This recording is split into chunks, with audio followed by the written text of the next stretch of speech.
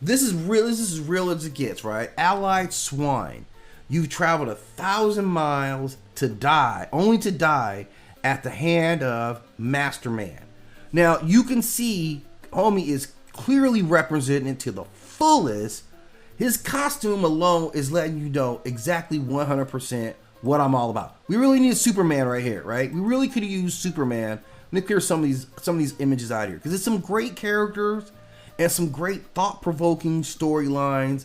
It's nice to know where these stuff comes from and how influential it was. So I mean, like we around Marvel, we've got a ton of like core characters that were linked into stories about the Nazis. Why do they keep doing this? Well, because this was the easiest and purest villains that you could have, and this wasn't like this was also historically.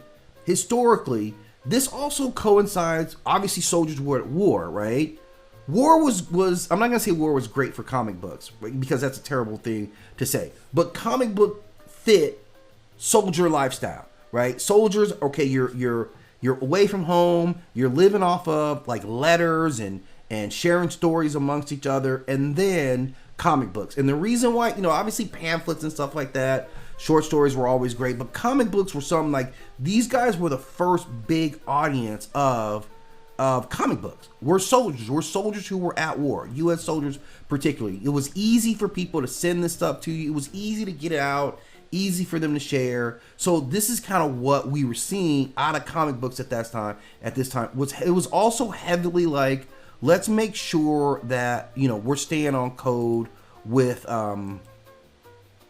morale. So it was a comic books have always been, or at least started off as a very cultural and very motivational thing. Like whatever we were going through early on, they were really tied into our culture and just kind of making us continue to feel, as a country, especially during wartime.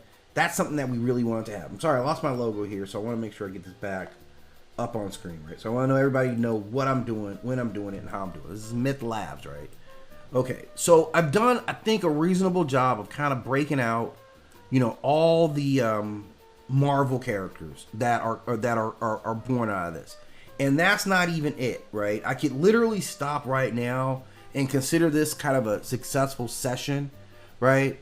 But that leaves out DC's contribution to it as well, and DC is even more bedrock. This is the golden age of DC Comics.